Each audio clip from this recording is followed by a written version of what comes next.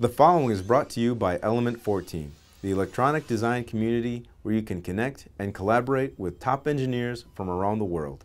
Join now at element14.com. Hello, I'm Ben Heckendorn, former host of the Ben Heck Show. With me today is one of the new content creators for Element 14 Presents, DJ Harrigan. How's it going today? Pretty good, Ben. How about yourself? I'm pretty decent. So yeah, every time we have a new person, I go online and I ask them questions. So tell me about yourself. What got you into electronics? I definitely think it started when I was about 13. I think the very last book fair I ever went to, I bought one of those like 50-in-1 electronics kits where there's like little springs and wires. Oh yeah, I had one of those too when I was a kid. Right? They were just, it's the coolest thing. And I built every circuit and I didn't understand at all what was going on, but I thought it was cool. I just like, I put resistors and things, I'm like, what's a capacitor? And explained it, and I don't know, it just didn't soak in for a really long time. And by the time I got to college, I actually eventually switched to electrical engineering as a major. And then I realized it was going to be 95% math and 5% actually designing and building circuits.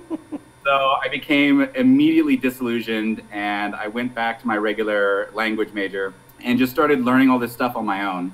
Right. And it's been a self-teaching journey for a long time now, but it's a lot of fun. All right, so now you're into electronics. What's one of the coolest things that you feel you've made? I've got it right here because I thought you might ask. So I made a rotary dial cell phone that actually functions. Wow! Super tactile and all buttons. Oh, that is so cool. Really retro styling and aluminum faceplate. Is it like a 2G network? Oh yeah, same exact module. Oh my gosh. And that's awesome. It's got a little dial. It's got a little tiny rotary. A question, it's not big enough to stick your finger in though. No, I had a stylus, and I would put a stylus through the, I guess they're not even finger holes anymore. So I assume you have some sort of rotary encoder that counts the distance and then figures out what number you pressed? No, actually it is an authentic rotary dial mechanism. It was just, the back plate was really narrow. So there's even a port so you can see the gearing in the back. Oh my gosh. But my friend had this mechanism. I thought, wow, it's like so slim because they're massive. Right. Normal.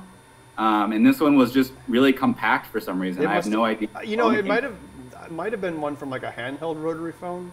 Maybe. I want to say those exist. You know, like where they had the slimline phone like this. I want to say that like handheld rotary phones existed at one point in time.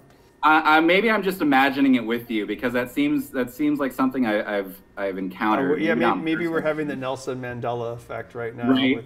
We're willing it to an existence, and now it does exist. I guess my point is, you know, that mechanism obviously came from something. So when you're building these projects, what's one of your favorite tools and why? I definitely have to go with the 3D printer in terms of high tech because it's so satisfying going from I've spent hours making this 3D model and now I can just hold it like almost exactly the way I imagined. Yep. And on the flip side, probably just an awl, like just having a sharp pointy stick. Like a punch awl? Well, not necessarily for like leather or anything like that, right. But just a sharp, stabby piece of metal for prying or poking things. I feel like I use that all the time. That's a very unique answer. We usually don't get that one. It works for me. I don't know what other people are using, but... Awesome. All right, so what kind of projects can we expect to see from you in the future? Any more phones, perhaps? Probably. Phones are really relatable for a lot of people if they're not into technology, and it's a good intro to that. But I'd also like to do a lot more robotics. That's something I'm really passionate about and something I make. I see you have some white robot in the background. Oh, that's the thing from Fallout New Vegas, right? Oh, you can see it a lot better than I can see in my little, yeah, I'm making a Securitron, so it's a balancing robot that I'm going to bring to life fairly soon. You can make it balance like it did in the game? Yeah, it has to. It has to. Didn't people make, what's the thing from Borderlands? Claptrap? People have made those work, right? He's also like a mono-wheel balancing robot. Yeah. That robot had the voice of David Foley, the guy from Bug's Life. Yeah, Bug's Life, what was his name? Flick, the main ant. Yeah, same actor did the voice of the Securitron. You know, the yes man, you know, he's like, okay, I'll help you blow up that bridge. Very accommodating of him. Oh, that makes so much more sense now. Oh, that's going to weird out. It's David Foley. Yeah, it's Flick. Oh, wow. Okay, well, speaking of Bugs Life, we also ask everyone, what's one of your favorite movies or your favorite movie or series? Gonna have to go with Terminator 2. I think that had a pretty profound impact on my just worldview as a kid, and just my interest in electronics, because you know Terminators don't frighten me at all. I'm like, oh wow, that's just a really cool robot. Like I want to see that in real life, you know. Obviously you've seen the first Terminator as well, right? Oh yeah. You know when he has the Terminator vision in that movie, you know where he sees and it's red. They didn't. I don't know if you knew this, but they didn't have any money when they made the first one, so all of his Terminator thoughts, they scanned machine language listings from computer magazines at the time, you know, where you type in programs.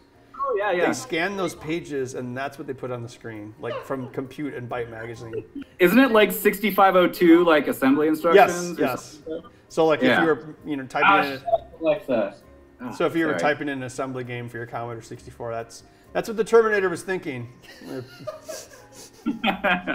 Cool. He had to have some architecture. Yeah, he runs. Oh, was it Futurama where they see inside Bender and he's got a 6502 CPU 1,000 years in the future? But it's like massive. It's it's the size of a brick. So for more information about DJ and all of the other new content creators at Element 14 Presents, go to element14.com/presents. We'll see you online.